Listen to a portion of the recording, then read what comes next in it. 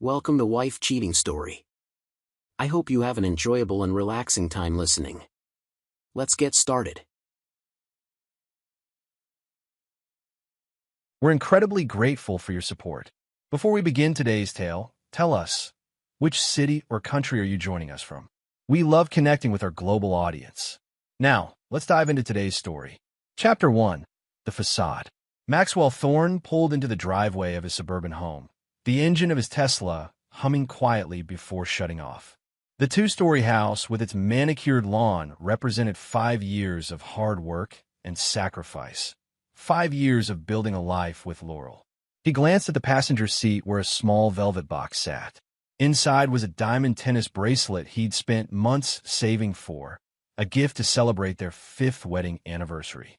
Max was what people called an unassuming success. At 35, he'd built quantum solutions from a one-man startup in his garage to a thriving cybersecurity firm with 50 employees. His professional reputation was built on his ability to think 10 steps ahead, to anticipate vulnerabilities before they became problems. Quiet, methodical, and devastatingly intelligent, Max never believed in showing his hand too early. Quiet types are the most dangerous, his grandfather once told him.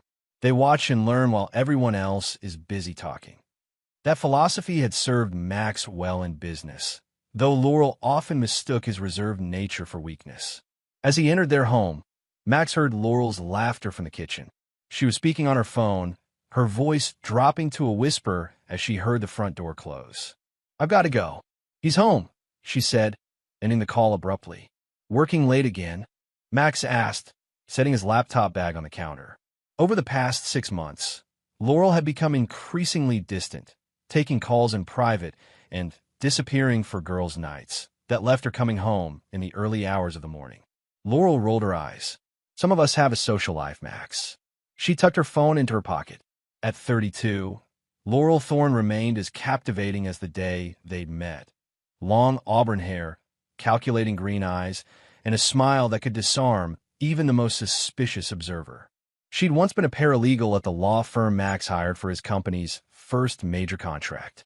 Their marriage had been swift, passionate, and in retrospect, perhaps too impulsive. "The party planner called," she continued. "Everything's set for Saturday's celebration. It's going to be spectacular. I've invited everyone who matters." Max nodded, watching as she busied herself with pouring a glass of wine. The anniversary party had been entirely Laurel's idea, an elaborate event for 50 guests at an upscale venue. Max would have preferred something intimate, but Laurel insisted on making a statement. "I have a meeting with Vince tomorrow," Max said, referring to Vincent Perry, the digital forensics specialist he'd hired 6 months ago. "Shouldn't take long." "Fascinating," Laurel replied without looking up from her phone. "I'm meeting Diane for lunch, so I won't be home until later." Diane Reynolds was Laurel's closest friend, or so she claimed. Max had met her only twice, finding her evasive and uncomfortable in his presence. That night, as Laurel slept beside him, Max lay awake staring at the ceiling. In another hour, he'd received the final report from Vince, the culmination of 6 months of patient investigation. Max hadn't started his marriage planning for its destruction, but he hadn't survived in business by ignoring warning signs. The first red flag had been the unexplained charges on their joint credit card, then the late nights, then the scent of unfamiliar cologne. His phone vibrated silently at 2 a.m. A message from Vince, package complete. Worse than expected. Meeting confirmed for 9 a.m. Max closed his eyes, a strange calm settling over him. Most men would feel devastated. Max only felt a cold, crystallizing resolve forming in his chest. Chapter 2. The Spider's Web. Vincent Perry's office was deliberately nondescript. A converted warehouse space with blacked-out windows and state-of-the-art security. At 45, Vince had the weathered look of someone who'd seen humanity at its worst through the lens of digital evidence. A former FBI cybercrime specialist, he now ran a private digital forensics firm that specialized in corporate espionage cases.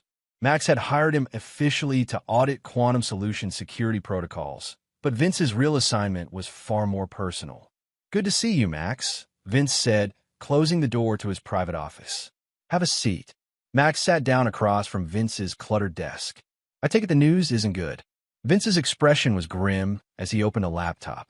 I've been doing this work for 20 years, and I still get surprised by people's capacity for betrayal. He turned the screen toward Max. Your wife has been having an affair for at least 7 months, possibly longer. The screen displayed a series of text messages between Laurel and someone saved in her phone as DR, the alleged initials of her friend Diane Reynolds.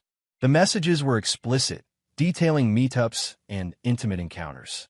DR isn't Diane Reynolds, is it? Max asked, his voice perfectly steady. No, Vince confirmed. It's Declan Reed. He's the Chief Operations Officer at Synapse Technologies.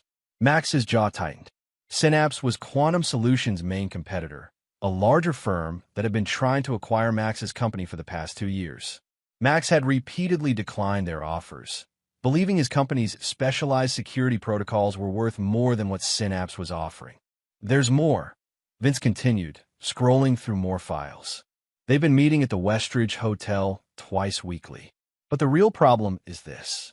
He opened another folder. Laurel has been photographing your notes, technical documents, and even accessing your home office computer. She's been feeding information to Reed for months. Max's expression remained unnervingly calm. Show me everything.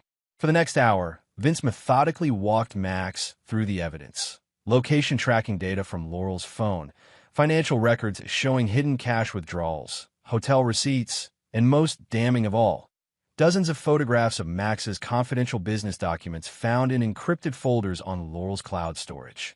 The prenuptial agreement protects your intellectual property, Vince reminded him. But she's violated both that and federal law by sharing your proprietary information. Max scrolled through the messages between his wife and Declan Reed, taking note of their patterns, their meeting locations, and most importantly, the casual cruelty with which they discussed him. Poor Max has no idea, Laurel had written. He's too busy with his computers to notice what's happening right under his nose. After the acquisition goes through, he'll be obsolete anyway, Declan had replied.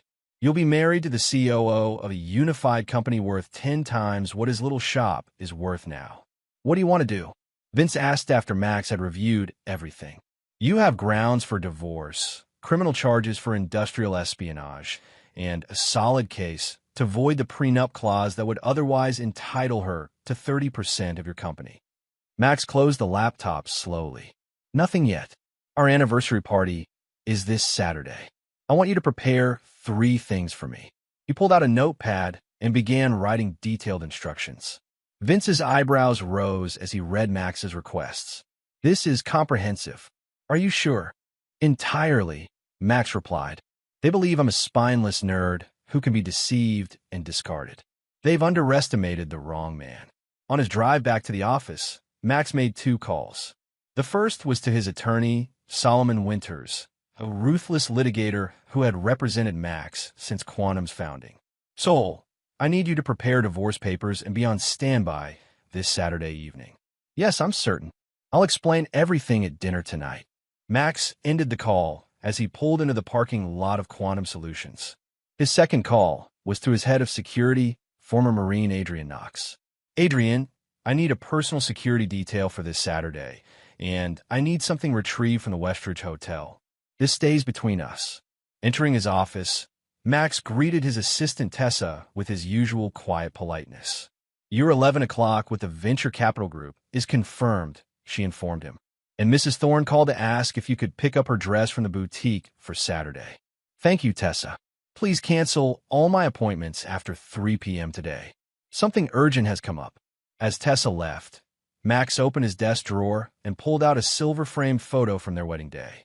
Laurel was beaming at the camera, her eyes shining with what he had believed was love. Max studied the picture, then deliberately placed it face down in the drawer. The pieces were in motion. Now he simply had to wait. Chapter 3, The Architect of Ruin. Friday night, the evening before their anniversary celebration, Max was finalizing preparations in his home office when his private phone buzzed. A text from Vince. All 3 packages ready for delivery as requested. Confirmation of hotel surveillance successful. Max sent a single-word reply. Proceed. He heard the shower running in the master bathroom, Laurel preparing for her last-minute salon appointment that evening. Max knew she was meeting Declan Reed at their usual hotel. The tracking software on her phone confirmed she'd been messaging him all day. His secure email pinged with a notification from Vince. The first file contained footage from the Westridge Hotel from the previous night. Laurel and Declan in the elevator, wrapped in an intimate embrace. Additional footage showed them entering and leaving the same room over multiple dates going back months. The second file held something even more valuable. Recordings of phone conversations between Laurel and Declan discussing their plans to use the intellectual property she'd stolen from Max. The most recent call, from just 2 days ago, was particularly incriminating. After the party, we move forward with the acquisition, Declan's voice said. Synapse makes the offer. Max refuses as usual. Then we reveal we already have his security protocols and client list. He'll have no choice but to sell, and at our price. And if he discovers what I've been doing? Laurel asked. Declan's laugh was cold. He won't. But even if he did, the prenup only protects him if you commit adultery, and it can be proven in court. We've been careful. No one has seen us together who would testify. There's no paper trail. Your idiot husband believes you're having girls' nights with your friend Diane. 5 years wasted on that spineless nerd, Laurel sighed. At least we'll be wealthy when this is over. I've earned it, putting up with this boring life for this long. The third file was a legal document, a forensic analysis of the prenuptial agreement Laurel had signed before their wedding. Max enlarged a particular section and smiled thinly. Vince had confirmed his suspicion. The document Laurel had signed contained subtle differences from the copy she kept. Her version omitted a crucial clause that Max had instructed his attorney to include, stipulating that any intellectual property theft would result in her forfeiting all claims to his assets and business. The sound of the shower stopped. Max closed the files and cleared his browser history. He heard Laurel moving around their bedroom, then the click of heels on hardwood. I'm leaving now, she called out. Don't wait up. This consultation might take hours. Have fun, Max replied evenly. I'll see you tomorrow at the venue. 2 o'clock, right? Yes, don't be late. And remember to pick up her new suit from the tailor. The front door closed, and Max waited until he heard her car pull away before making his final call of the evening.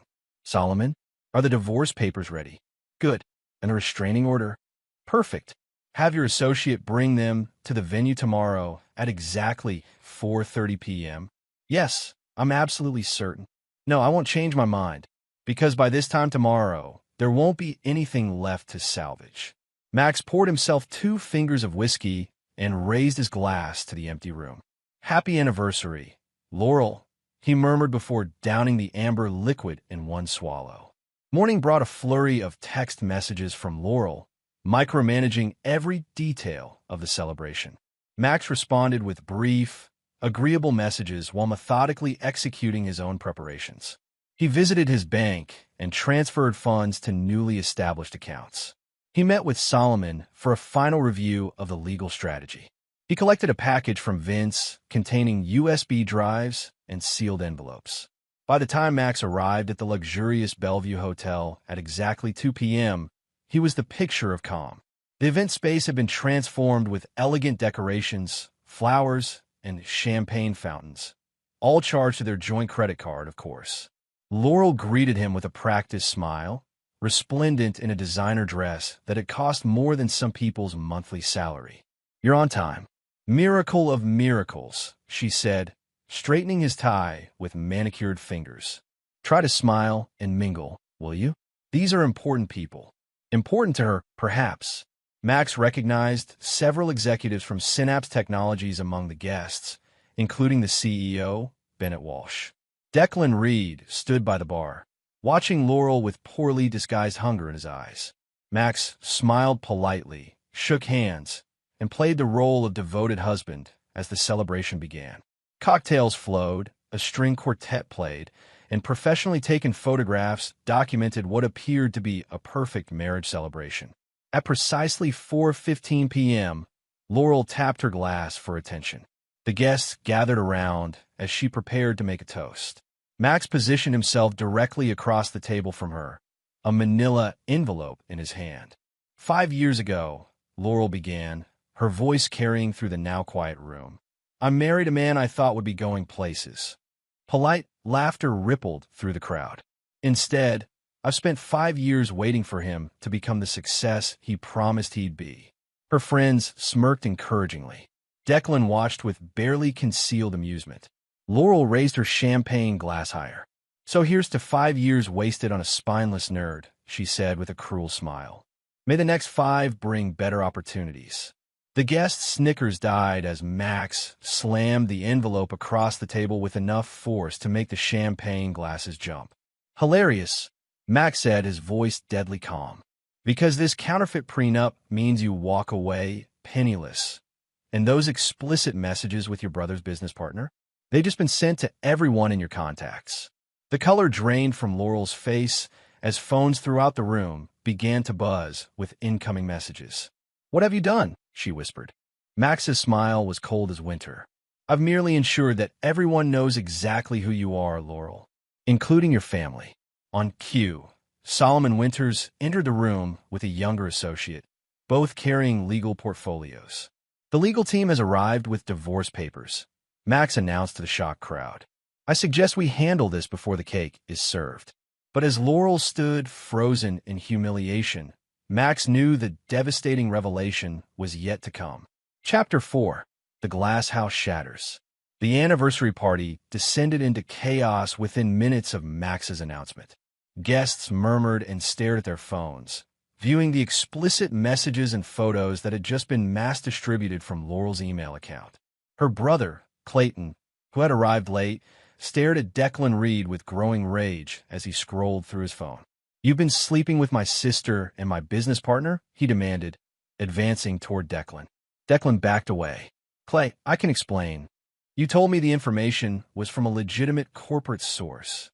Clayton shouted. You said we had a legal consulting agreement with Quantum. Max approached Solomon Winters and his associate. Please serve Mrs. Thorne with the divorce papers. I believe there are also some federal agents who would like to speak with her and Mr. Reed. As if on cue, for individuals in dark suits entered the venue, credentials in hand. Declan Reed? Laurel Thorne? I'm Special Agent Pearson with the FBI's Corporate Espionage Division. We need to ask you some questions about the illegal transfer of protected intellectual property. Laurel staggered backward, clutching a chair for support. Max, you can't do this. This is insane. Actually, I can and I have. Max turned to face the stunned crowd. I apologize for the dramatic end to what should have been a celebration. Please enjoy the remainder of the refreshments if you wish to stay. He nodded to Solomon, who handed him a glass of water. Maxwell's hand was steady as he took a sip, appearing unervingly composed despite the scene unfolding around him. You've been investigating me? Laurel hissed, tears of rage forming in her eyes. Spying on me? For how long? 7 months, 3 weeks, and 4 days, Max answered precisely. Approximately 1 week after you began stealing from my company and sleeping with him. He tilted his head toward Declan, who was now being questioned by the federal agents in a corner. Laurel's composure cracked entirely. You cold, calculating bastard. You set this all up. No, Laurel. You set this up when you decided to betray me, both personally and professionally. I merely ensured you would face the consequences. The FBI agents approached Laurel next. Mrs. Thorne, we need you to come with us for questioning regarding the theft of proprietary information from Quantum Solutions. As the agents escorted Laurel and Declan from the venue, Max turned to find Bennett Walsh, the CEO of Synapse Technologies, watching him with a mixture of shock and reluctant admiration. I had no knowledge of Reed's methods, Walsh insisted. Synapse doesn't condone corporate espionage. Save it for your board of directors, Max replied. I suspect they'll be looking for a new CEO once the SEC investigation begins. He checked his watch, which should be approximately now. Walsh's phone rang as if on cue. His face paled as he answered it and stepped away. Tessa, Max's assistant, approached with a tablet. The press release has gone out as scheduled, she informed him quietly, and the secure server transfer is complete. All client data has been moved to the new system. Thank you, Tessa. You've been invaluable. As the crowd thinned, Max noticed Clayton standing alone by the bar, looking shell-shocked. Max approached him cautiously. "I didn't know," Clayton said without looking up. "About Laurel and Declan, or about stealing your company's information. I swear it." "I believe you," Max said, surprising himself with the realization that he did. "Your sister and Reed kept you in the dark because they knew you wouldn't approve." Clayton downed his drink. 5 years ago, I told Laurel she was making a mistake marrying someone so quickly. I thought you were the wrong man for her." He shook his head. "Turns out she was the wrong woman for you. She underestimated me," Max said simply. "Everyone does, eventually." The aftermath of the party stretched into the evening. Most guests had left, embarrassed to have witnessed such a public implosion. Max remained, methodically gathering evidence from those who had received the incriminating messages, building his case even stronger. At 9 p.m., his phone rang with a call from an unknown number. Max stepped outside to take it. "This is Maxwell Thorne." "Max, it's Laurel." Her voice was raw from crying. "They're holding us for questioning. They're saying I could face federal charges." "Max, please. Tell them this was a misunderstanding." "Was it a misunderstanding when you photographed my client list? Or when you copied my encryption protocols? Or perhaps when you laughed about how I'd be obsolete after the acquisition?" Silence, then a sob. "How did you know all that? You're not the only one who can plant recording devices, Laurel. The difference is, mine were legal because they were in my own home and business." "What do you want? Money? I'll give back whatever I took." Max laughed softly. "You have nothing I want anymore, Laurel. Not a single thing." "They're saying I could go to prison," she whispered. "Yes," Max agreed. "Corporate espionage carries a sentence of up to 10 years. Add conspiracy charges, and you're looking at 15 to 20. Declan is facing similar charges, plus additional counts for coercing you to steal proprietary information." "I wasn't coerced. It was my ID." Laurel stopped abruptly, realizing too late what she'd admitted. "Thank you for clarifying that," Max said calmly. "I'll make sure the FBI has a record of this call." "Max, please." "Goodbye, Laurel." Max ended the call and blocked the number. As he drove home to his empty house that night, Max felt neither triumph nor despair, only a cold satisfaction that justice was being served. The game wasn't over yet. It was merely entering its next phase. Chapter 5. The Phoenix Strategy. 3 days after the disastrous anniversary party, Max sat in his renovated office at Quantum Solutions. The building buzzed with activity as security personnel installed new systems and employees adapted to enhanced protocols. Tessa entered with a stack of newspapers and tablets. "The business press can't get enough of the story," she said, spreading the publications across his desk. The headlines were variations on a theme. Corporate espionage scandal rocks tech sector. Quantum Solutions CEO exposes wife's betrayal and competitors' illegal tactics. Synapse Technologies stock plummets amid FBI investigation. Max scanned the articles with clinical detachment. Any word from Solomon about the expedited divorce proceedings? He just called. "Judge Levinson has agreed to hear the case next week given the circumstances. The evidence is overwhelming. Solomon says it should be straightforward." Max nodded. "And the other matter?" Tessa's expression grew serious. "Adrian's team completed the security sweep of your home. They found 7 additional listening devices not planted by your team. Analysis confirms they've been there for at least 8 months. This gave Max pause. 7 months ago, Quantum Solutions had finalized a revolutionary encryption algorithm that would have been worth millions to competitors. The timing wasn't coincidental. Have Vince analyze the devices. I want to know if they're the same brand Declan used in his previous corporate espionage cases. Previous cases? Tessa asked. When I realized what was happening, I had Vince investigate Declan's employment history. He's worked for 6 technology companies in the past decade. Each one experienced a data breach or lost a key innovation to competitors while he was there. Nothing was ever proven, but the pattern is clear. Max's phone chimed with a message from Adrian Knox. Search of Reed's apartment complete. Found the server. All stolen data recovered. Also found something unexpected. Coming to your office now. 20 minutes later, Adrian entered Max's office carrying a secure tablet. At 38, Adrian's military background was evident in his bearing and precision. He joined Quantum Solutions 3 years ago after Max had hired him to overhaul their physical security systems. "You were right about Reed," Adrian said without preamble. "He's been running this scam for years. But your wife wasn't his first accomplice." He handed Max the tablet. "We found these files buried in his home server." Max scrolled through dozens of photos of Declan with different women, all in intimate settings similar to those with Laurel. Each folder was labeled with a company name and date. "He finds vulnerable employees with access to valuable information," Adrian explained.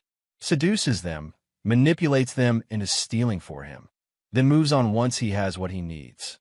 Or once they've served their purpose," Max added, continuing to scroll.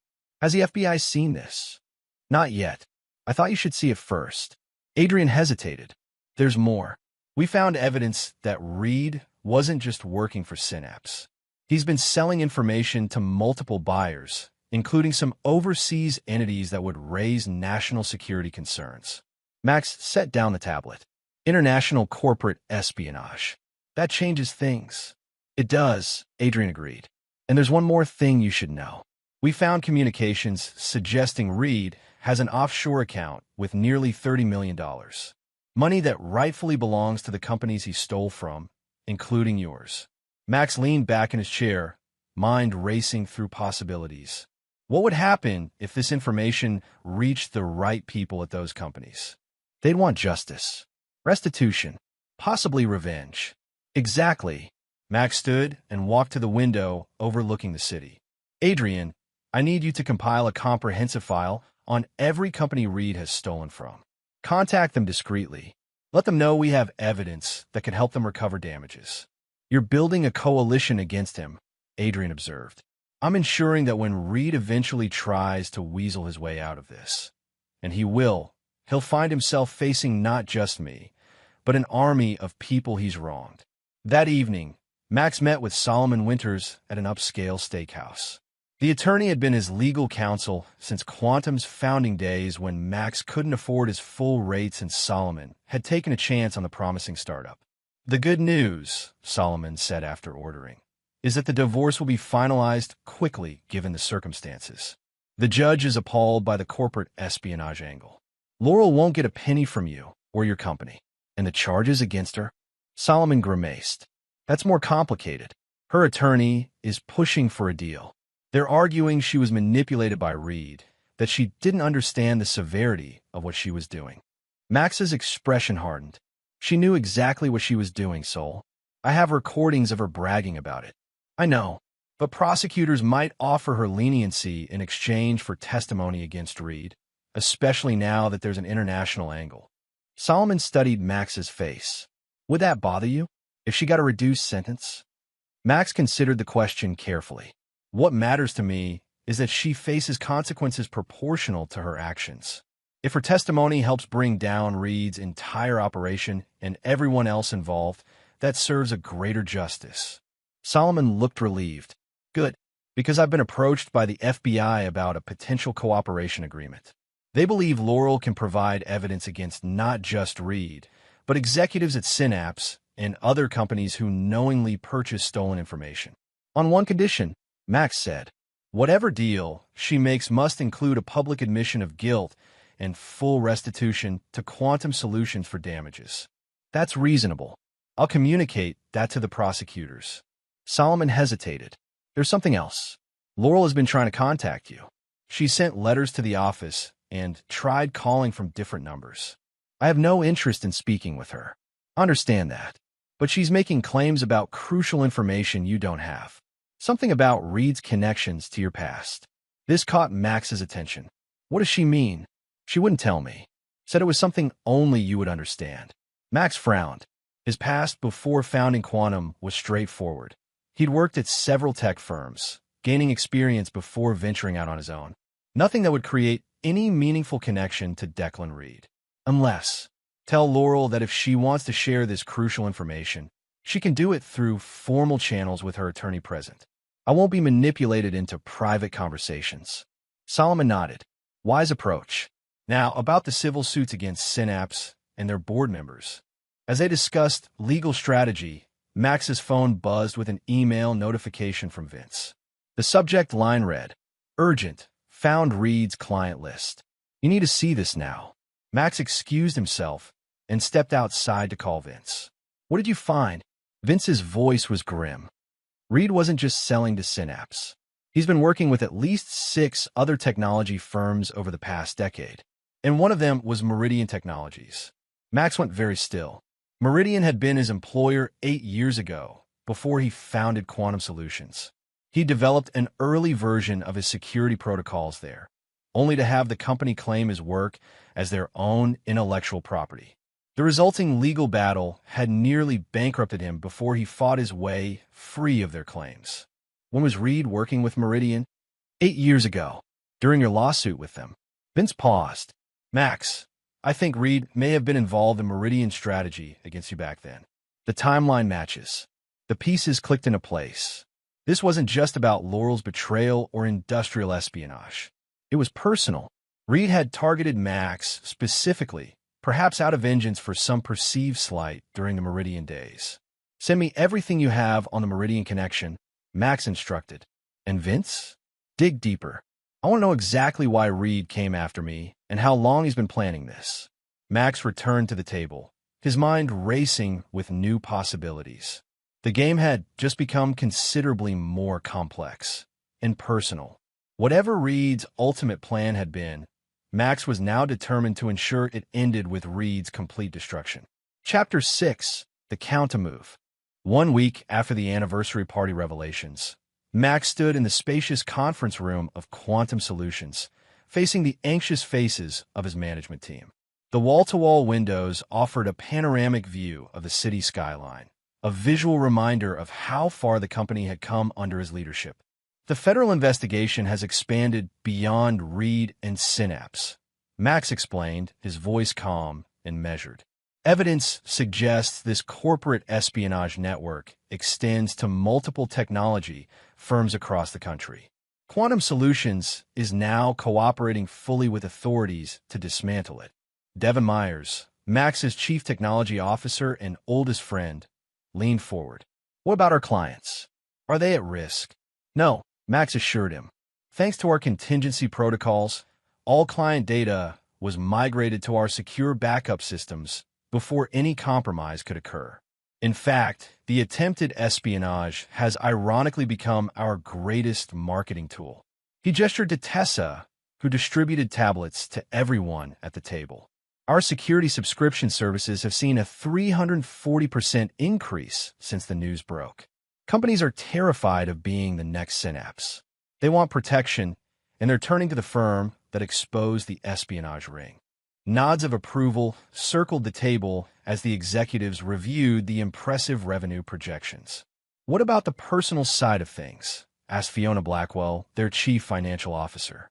"The press is still hounding you about Laurel." Max's expression remained neutral. "My personal life is separate from our business operations. The divorce proceedings are moving forward, and I've made it clear to all parties that I won't be commenting publicly on my marriage." After the meeting, Max returned to his office to find Adrian waiting for him. "We've established contact with 15 former and current executives at companies targeted by Reed," Adrian reported. 12 have agreed to join our coalition. The other 3 are still considering their positions." "Good," Max nodded. "And the offshore accounts?" "We've identified 27 accounts across 9 countries. The FBI is working with international authorities to freeze them, but it's complicated." Reed was careful. "Not careful enough," Max replied. "What about the Meridian connection?" Adrian handed over a secure tablet. Vince found these communications between Reed and Lawrence Woodward, who was CEO of Meridian during your legal battle with them. Max scrolled through the messages, his expression darkening as he read. The exchanges confirmed his suspicion. Reed had been working with Meridian to undermine Max's position during the lawsuit. More disturbingly, the messages suggested Reed had continued monitoring Max's activities in the years since, waiting for an opportunity to strike. "There's one more thing," Adrian said hesitantly. "We found evidence that Reed was specifically instructed to target you through Laurel. This wasn't opportunistic. They researched her, identified vulnerabilities in your relationship, and exploited them deliberately. A cold fury settled in Max's chest. Not only had Laurel betrayed him, but she had been selected and groomed for that betrayal by people with a vendetta against him. Has Laurel seen this information? No. It was encrypted on Reed's private server. Max considered this carefully. She claims to have crucial information about my past connection to Reed. This must be what she's referring to. Will you speak with her now? Not directly, Max decided, but I'll have Solomon arrange a formal deposition where she can share what she knows under oath. Later that afternoon, Max received an unexpected visitor. Bennett Walsh, the now former CEO of Synapse Technologies, had arrived unannounced and was waiting in the lobby. Max instructed security to escort Walsh to a small conference room, making him wait for 30 minutes before joining him. When Max finally entered, Walsh looked haggard and defeated. "I've been fired," Walsh stated unnecessarily.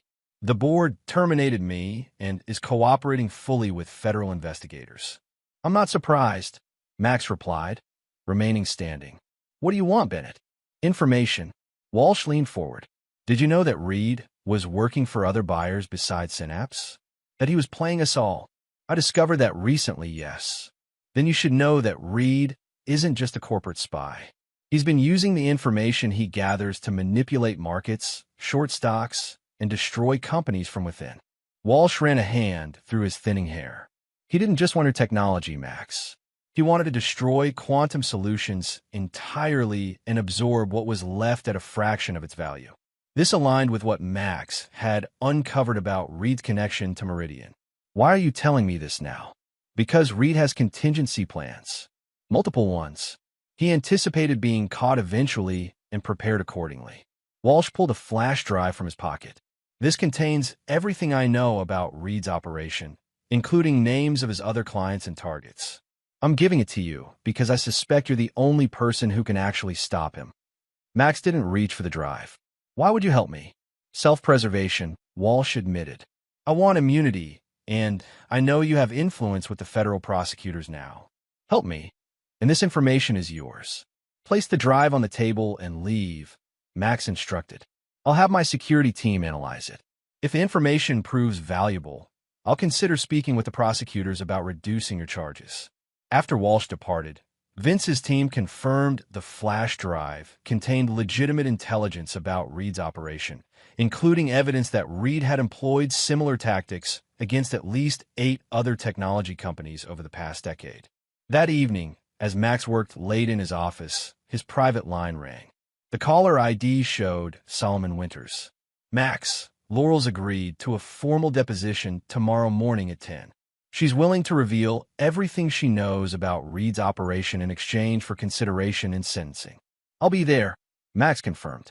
"Make sure the FBI and prosecutors are present as well. If what she's offering is substantial, it could impact multiple cases."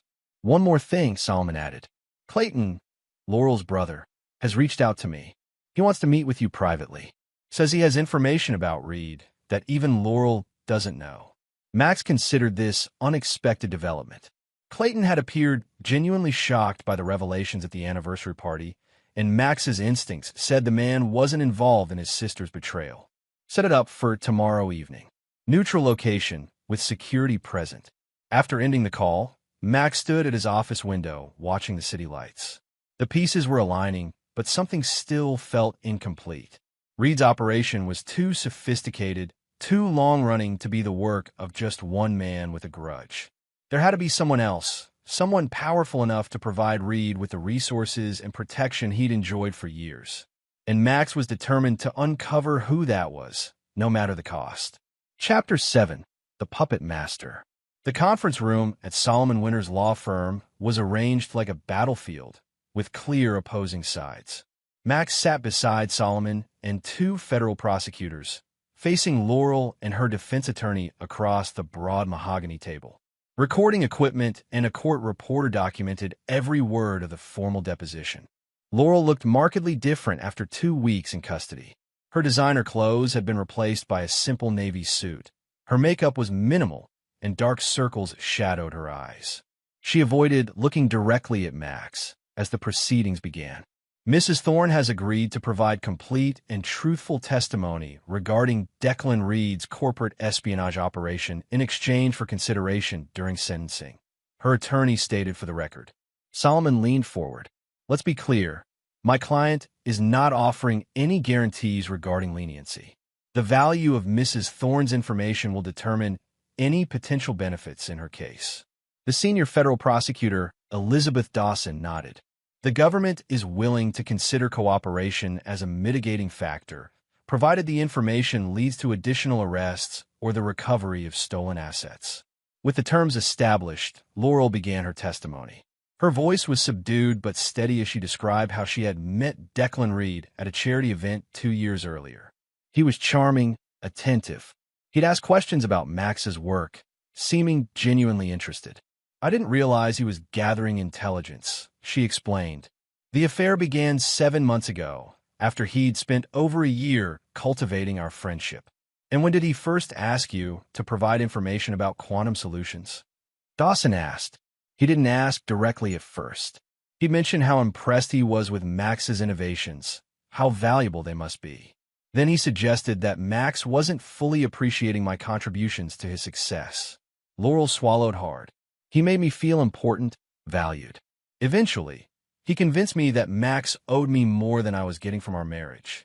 Max maintained a neutral expression, though internally he noted the calculated manipulation Reed had employed, identifying Laurel's insecurities and exploiting them methodically. When did you first provide Mr. Reed with proprietary information? Solomon pressed. About 6 months ago. It started with company event dates, client names I'd heard Max mention. Small things that didn't seem important. Then Declan began asking for specific documents. Laurel's voice faltered. I knew it was wrong, but by then I was emotionally compromised. For the next 3 hours, Laurel detailed her involvement in Reed's scheme, providing names, dates, and specific documents she had shared.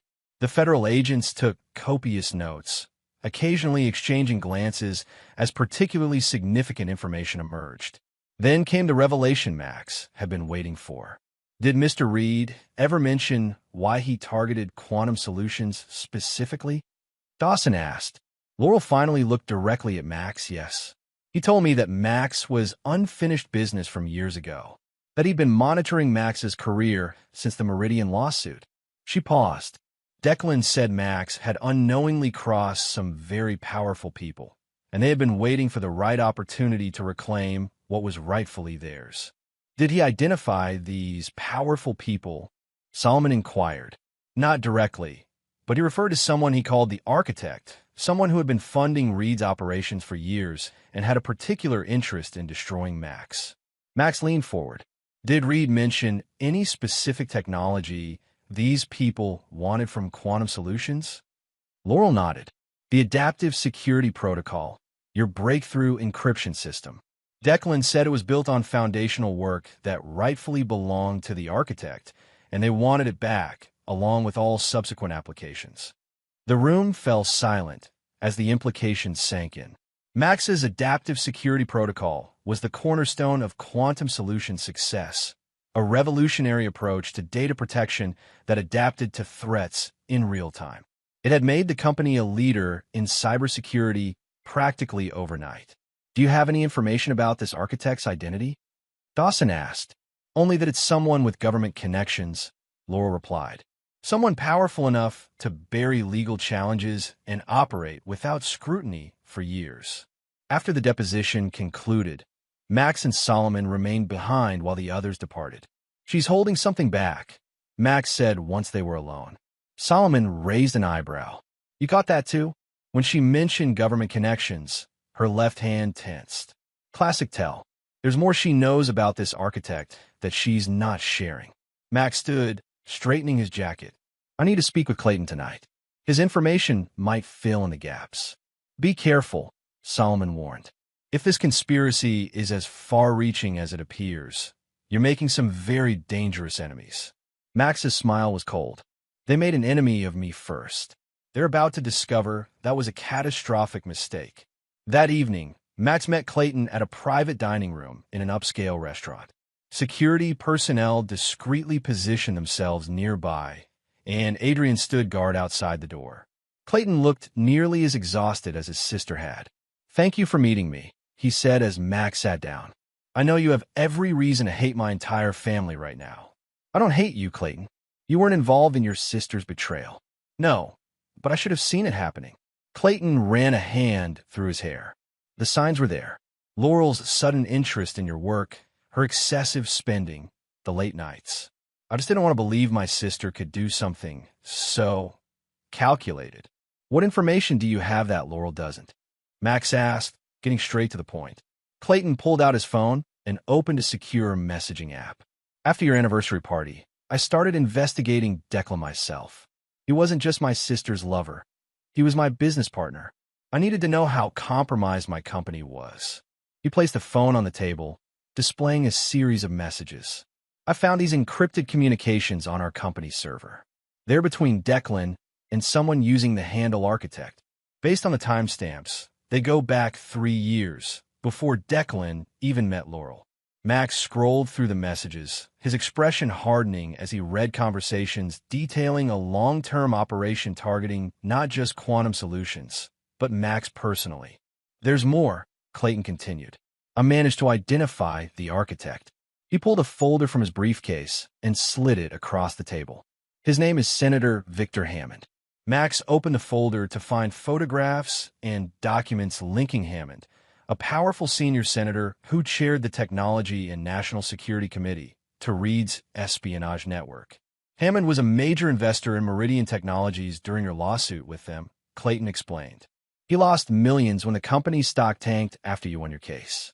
But more importantly, he had a personal stake in the technology you developed there." "How personal?" "The foundational patents for your encryption system were originally based on research funded by Hammond's private technology foundation. When you improved upon that research and claimed it as your own intellectual property, Hammond considered it theft of his work." The final piece clicked into place. So Hammond has been funding Reed's corporate espionage operation as both revenge and an attempt to reclaim what he believes is rightfully his. Exactly. And he's been using his position on the Technology Committee to bury any investigations that got too close to Reed's activities. Max studied the evidence carefully. This is substantial, but prosecuting a sitting senator would be nearly impossible without irrefutable proof of his direct involvement. That's where this comes in.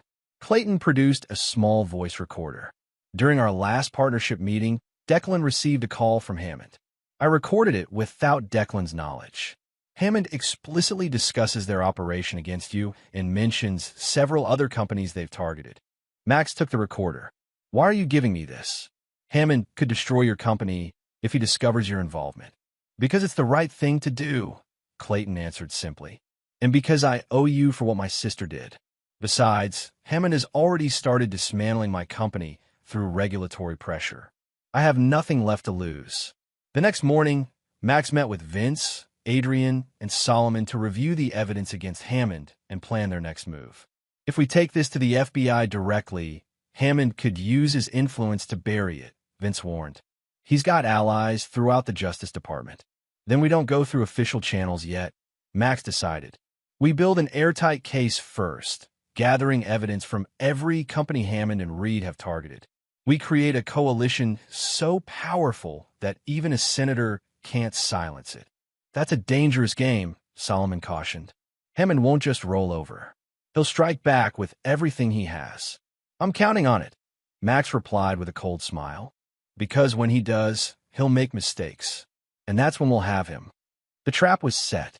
Now Max just needed Hammond to spring it. Chapter 8. The Trap Titans.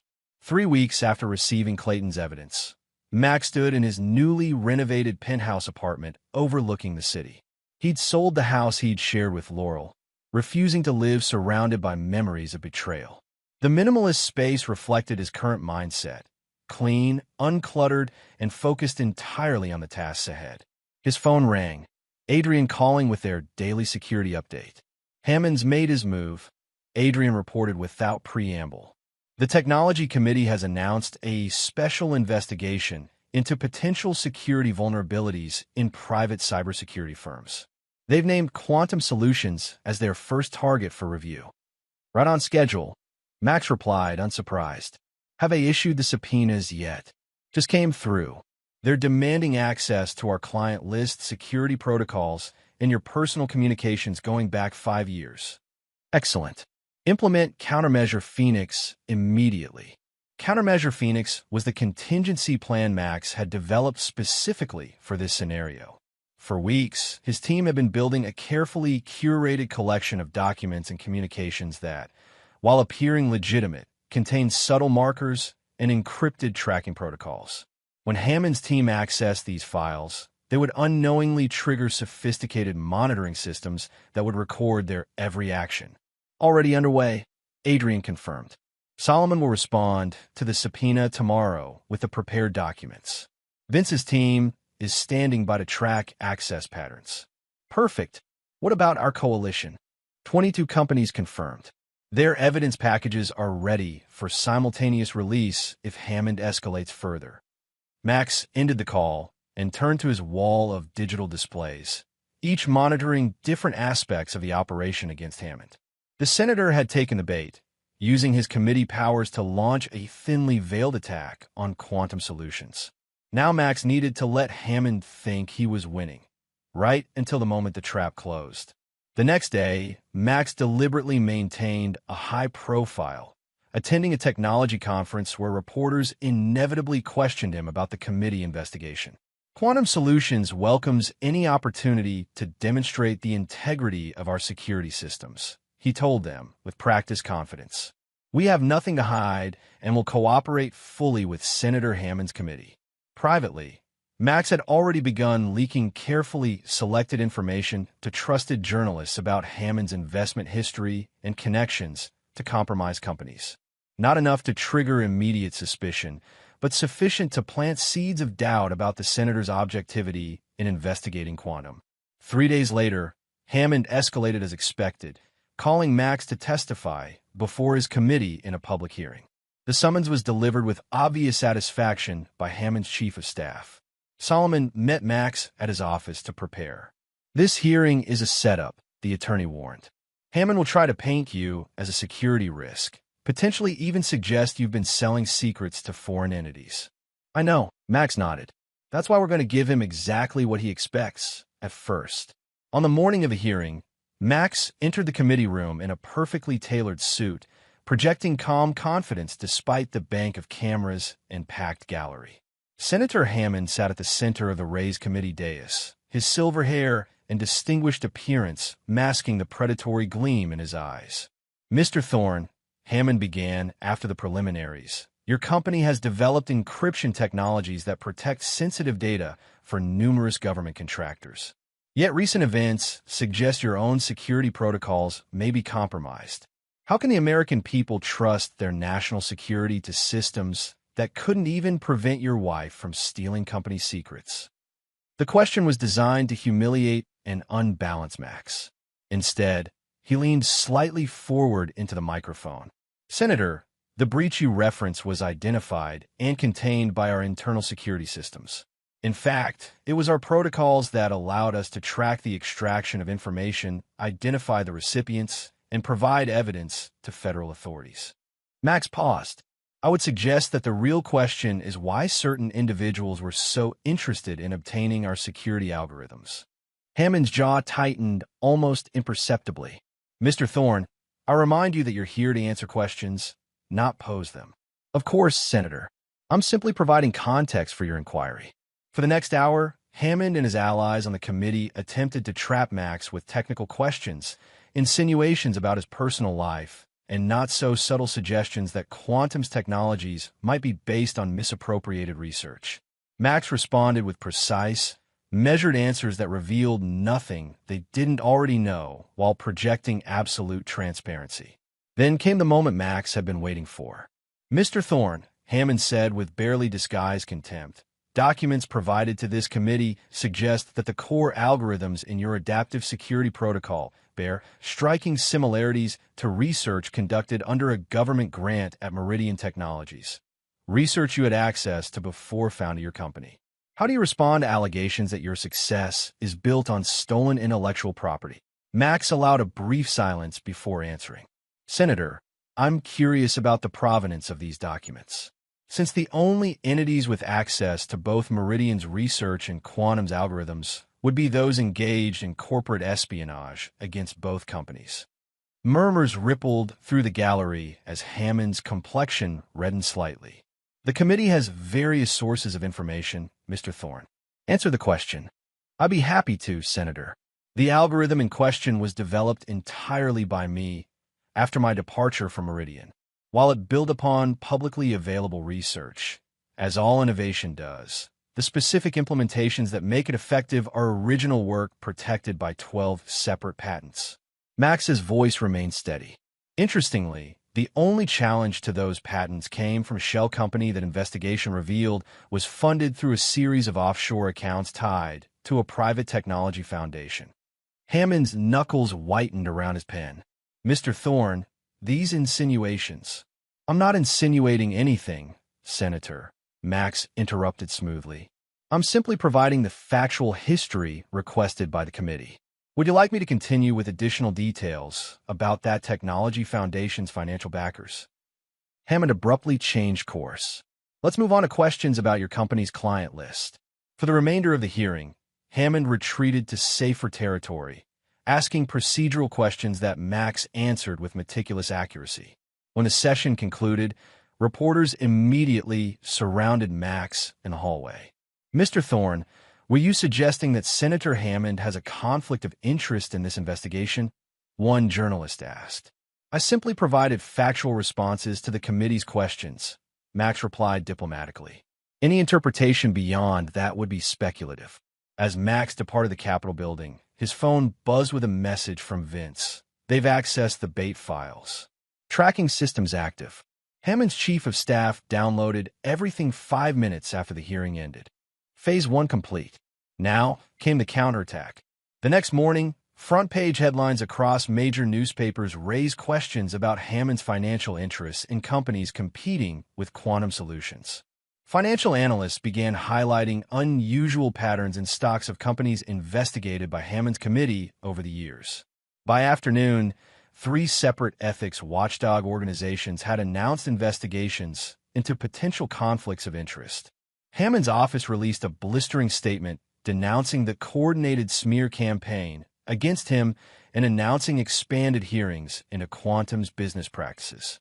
That evening, Max hosted a private dinner at his penthouse for the executives of the 22 companies in his coalition.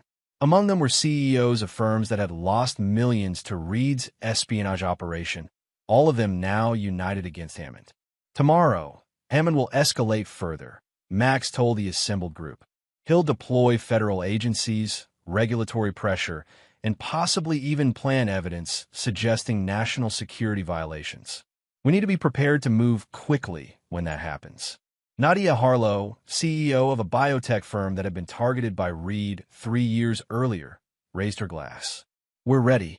Every company here has prepared their evidence packages as agreed.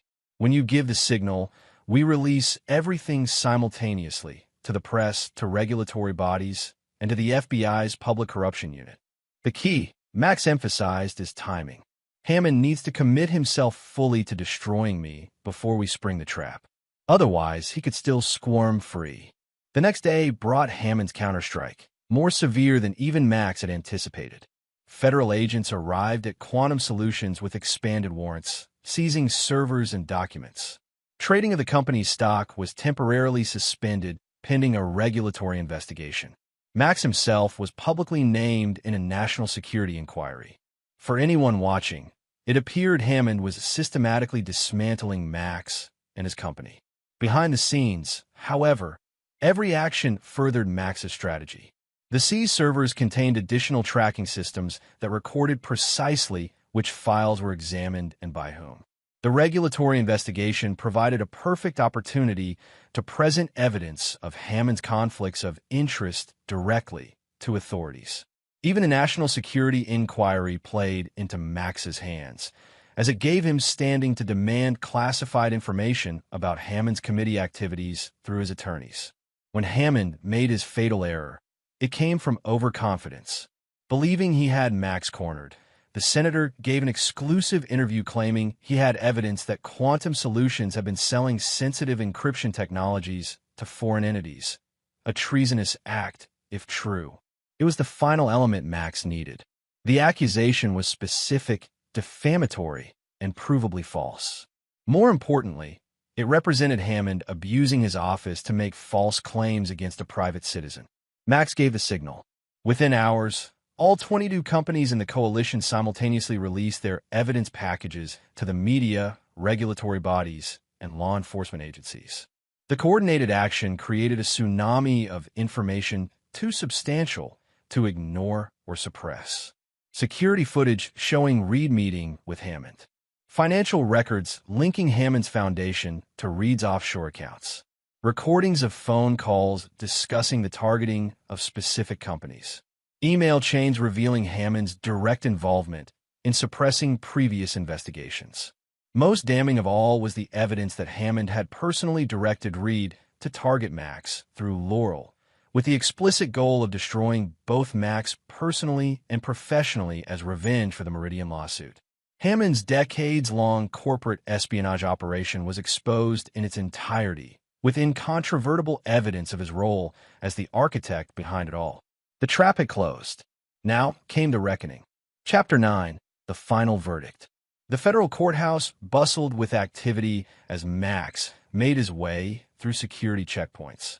6 months had passed since the exposure of Hammond's espionage network, and today marked the culmination of multiple criminal proceedings against the key players.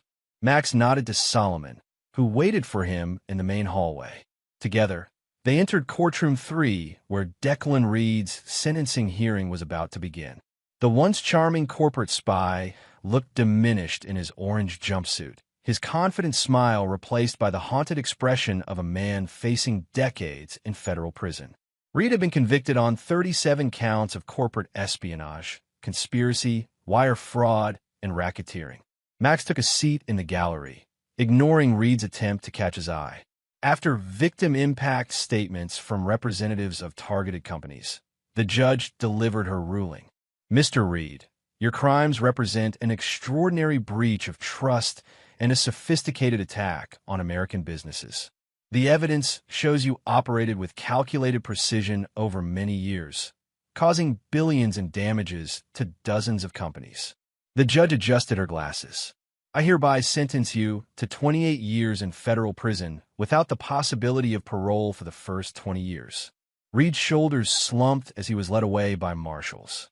Outside the courtroom, reporters surrounded Max. Mr. Thorne, do you feel justice has been served with Reed's sentencing? Max considered his answer carefully. Reed was an important instrument in a larger conspiracy. His sentencing is just one component of the broader justice being served today. In Courtroom 5, Laurel's sentencing was scheduled for the afternoon.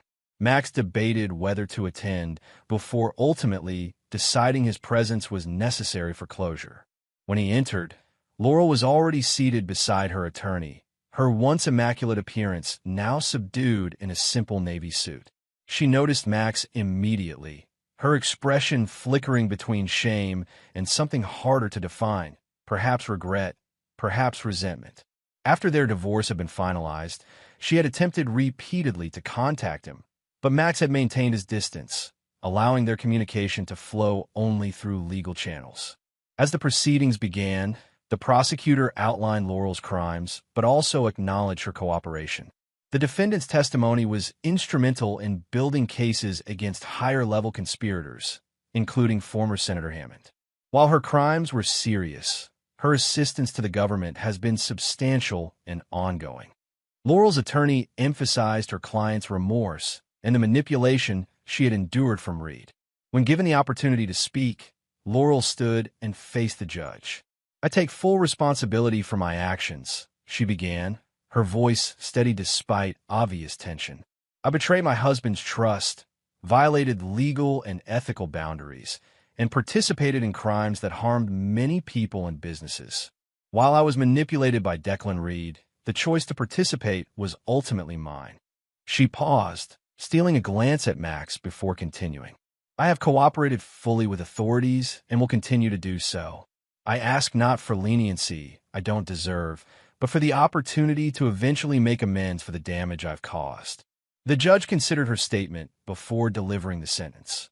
5 years in federal prison, with the possibility of parole after serving 3 years, followed by 5 years of supervised release and financial restitution to Quantum Solutions. As Laurel was led away, she locked eyes with Max momentarily. He maintained his neutral expression, offering neither forgiveness nor additional condemnation.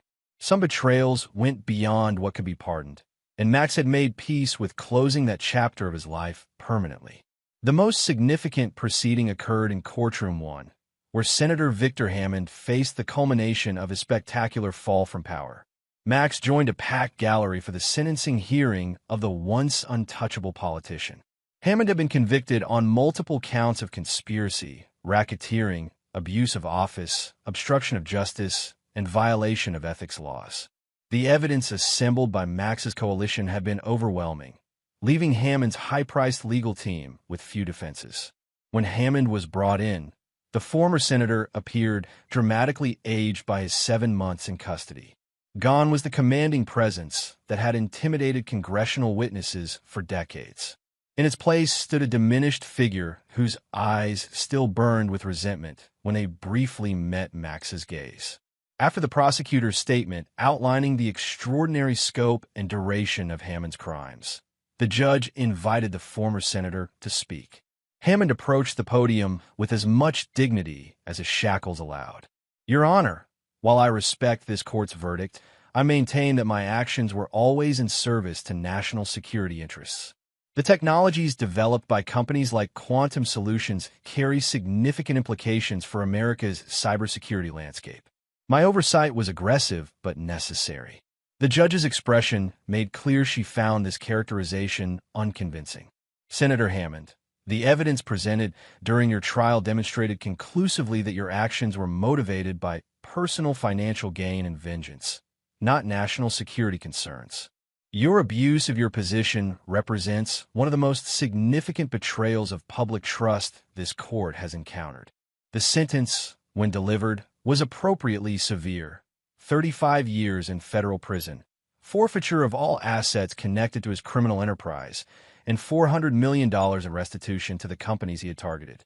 As Hammond was led away, he stopped briefly near where Max sat and spoke in a low voice that only Max could hear. "You think you've won, Thorne, but you have no idea what forces you've disturbed. Some games continue even when key players are removed from the board." Before Max could respond, marshals moved Hammond along. The cryptic threat lingered in Max's mind as he exited the courthouse to face the wall of cameras and reporters. "Mr. Thorne, now that the primary perpetrators have been sentenced, what's next for you and Quantum Solutions?" a journalist asked. "Quantum Solutions will continue doing what we've always done, developing cutting-edge security solutions and helping our clients protect their valuable intellectual property," Max replied.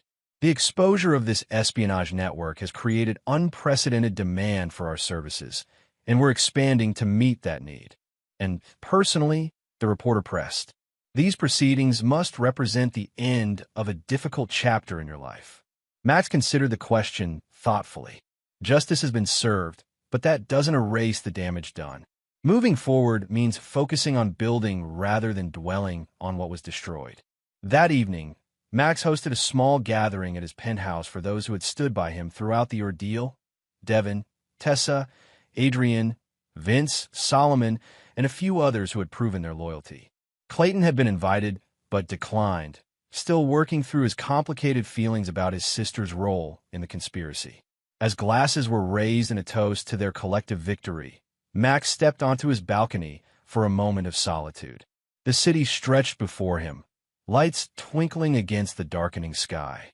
His phone vibrated with a message from an unknown number. "Regarding Hammond's final words to you today, we should talk. Some games do indeed continue. See." Max studied the message, suspecting it came from Clayton. Hammond's parting threat had suggested larger forces at work. Forces that might still pose threats to Max and others who had exposed the conspiracy. Rather than feeling dread, Max felt a familiar calm, resolve settling over him. Whatever challenges remained, he would face them with the same methodical precision that had brought down Hammond's network. If other powerful figures had been involved in the conspiracy, they too would eventually face justice. He typed a simple reply, named the time and place. Returning to his guests, Max rejoined the celebration with renewed purpose. The chapter involving Laurel, Reed, and Hammond was closed, but Max recognized that the greater story continued. The skills that had allowed him to dismantle a decades-long conspiracy would serve him well in whatever battles lay ahead. For now, however, he allowed himself this moment of victory. Hard-won, costly, but complete. The betrayers had been punished, justice had been served, and Maxwell Thorne had emerged not just intact, but stronger and more formidable than before. The ruthless architect of their destruction raised his glass in a private toast to lessons learned and vengeance achieved. Some men might have been broken by such betrayal. Max had transformed it into the foundation for his most significant triumph yet. And there you have it. Another story comes to an end. What did you think? I'd love to hear your thoughts in the comments below. If you enjoy this story, consider joining our community by subscribing. It means the world to us. For more stories like this one, check out the recommended videos on screen. And I'll see you there.